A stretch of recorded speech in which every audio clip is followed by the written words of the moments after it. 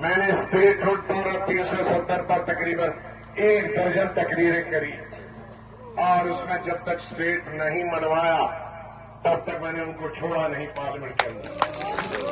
انشاءاللہ اسٹیٹ ملے گی۔ صرف میں اتنا کہتا تھا کہ پہلے اسٹیٹ دے دو بعد میں الیکشن کرو، لیکن پرائم منسٹر ہوم منسٹر نے کہا ہم اسٹیٹ دیں گے لیکن الیکشن کے بعد۔ اس لیے الیکشن کے بعد اور جدوجہد کرنی ہے، کہیں پیچھے کھسک نہ جائے وہ، اس کے لیے جدوجہد بھی تیار کرتے ہیں۔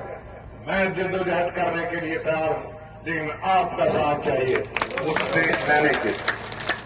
میں نے ایک قانون بنایا جب میں چیف منسٹر تھا، ان کو بھی کہتا ہوں کہ اگر نہیں سنبھلیں گے تو ہماری تاریخ میں نام نہیں رہے گا، نیست و نابود ہوگا۔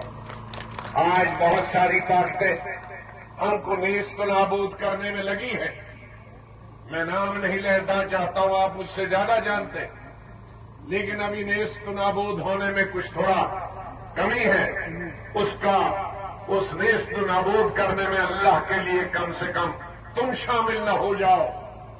تمہیں ایک ایسی حکومت دے دو جو عوام کی حکومت، سب مل کے حکومت، جو آپ کی لڑائی لڑے گا۔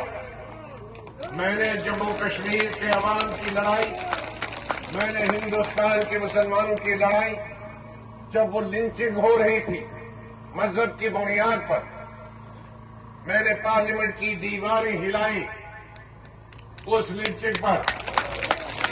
جب ہندوستان میں برقع ختم کرنے کی قانون بنانے کی بات آئی، میں نے راجیہ سبھا اس میں فیل کرایا، جب تک بعد میں ان کی میجورٹی ملی پھر دوبارہ انہوں نے کہا۔ جب ایک شہری کا بل لانے کے لیے سٹیزن شپ ایکٹ لایا، میں نے پارلیمنٹ کی دیواریں ہلائی، چاہے وہ کشمیر کا ہو یا ہندوستان کا ہو۔ اقلیت کی آواز میں نے ہمیشہ اٹھائی۔ آپ دیکھو کہ اقلیت کی آواز اور بھی پارلیمنٹ کے لوگ تھے۔ آج تو سب کچھ ملتا ہے، دیکھیں کس نے کس پر آواز اٹھائی۔ اللہ تعالی کی مدد سے مجھے دوبارہ حکومت بنانے کا موقع ملا۔ یہ 3 چیزیں ملے گی، تحصیل، کالج اور ہسپتال۔ لیکن ایک چیز شاید گورسی صاحب کو بھی یاد نہیں رہا، اور آپ کو بھی، آپ میں سے بھی کوئی مانگ نہیں کرتا۔ ہماری ریاست آج کل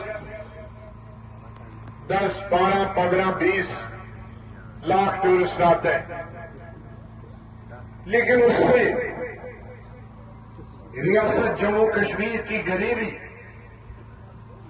ریاست جموں کشمیر کی بیکاری، ریاست جموں کشمیر کی بے روزگاری ختم نہیں ہوگی۔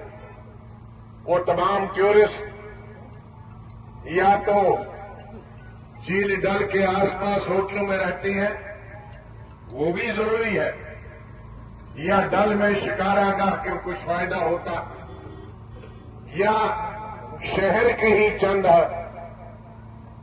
ہوٹل جو گلمرگ میں ہے، پہلگام میں، ان کا فائدہ ہوتا۔ لیکن 95% جو ہماری وادی،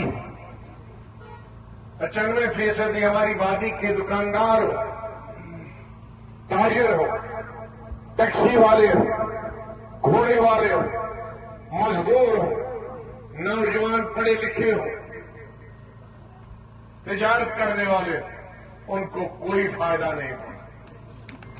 کیونکہ ٹورسٹ کو 75 سال سے ساری وادی میں یا پوری اسٹیٹ میں پھیلایا نہیں گیا، اس کو 2-3 جگہوں تک ہی محدود رکھا گیا، اور انہی محدود جگہوں پر آزادی سے پہلے بھی انگریز جاتے تھے، اور انہی محدود 2-3 جگہوں پہ 75 سال میں بھی ٹورسٹ جاتے ہیں۔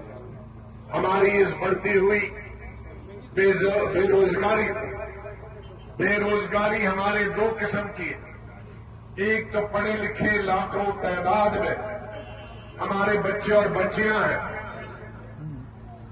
گریجویٹ، پوسٹ گریجویٹ، لا گریجویٹ، پی ایچ ڈی ہے، لیکن سب بیکار ہے۔